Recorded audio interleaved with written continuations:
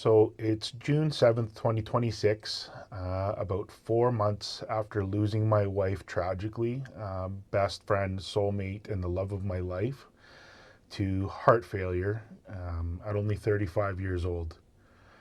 Completely unexpected. So, anyway, I think I'm going to try again to get this out without breaking down because I promised her I would do this before my birthday, and that's unfortunately come and gone.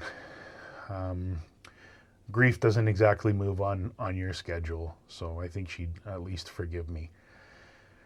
Anyways, I was always a really private person, not one of those people posting my entire life on social media. I would post once in a while, but quite rarely.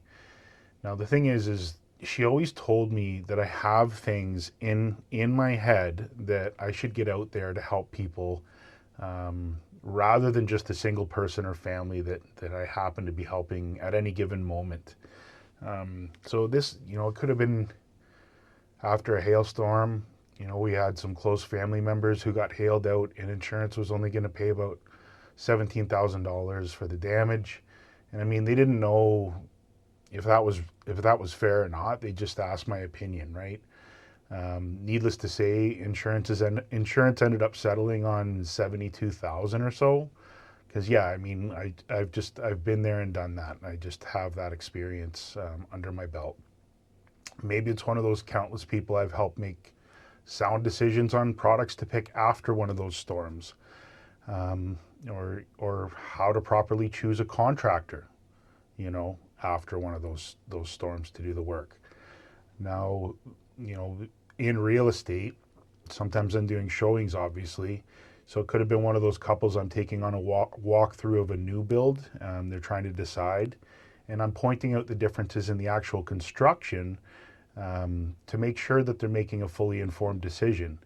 And this generally can save them loads of money long term, but they don't really know that in many cases, right? So, I mean, clearly, I was taking them on one that was a really better buy, but they were about to make the wrong decision purely based on the warm and fuzzy feeling of how the inside of the show home was decorated, right? Happens all the time. Or it could have been just one of the buyers I helped negotiate, right? There's one recently that was $20,000 off the asking price of a townhome because of something I noticed about it construction-wise that maybe another agent would have missed. Or maybe it was just the level of experience I have in negotiating. Who knows? I mean, most realtors, they're generally trained on the transaction side mostly, and they can come from any different background. I just think my background is a great fit for the real estate industry in order to provide the best possible return on investment for my clients. Now, what that background is over 20 years in construction fields. Over 15 of those years, I was a top producing outside sales rep, for exterior products.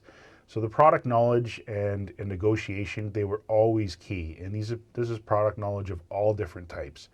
Then you sprinkle in the insurance knowledge. And lastly, I've got a college diploma in tool and die.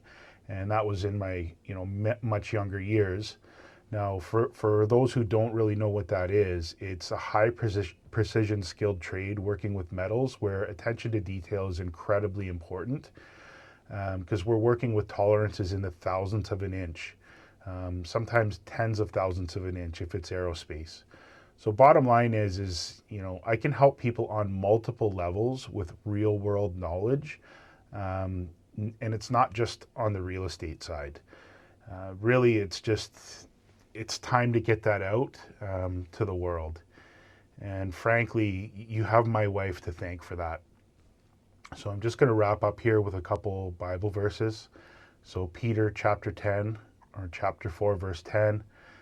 Each of you should use whatever gift you have received to serve others as faithful stewards of God's grace in its various forms.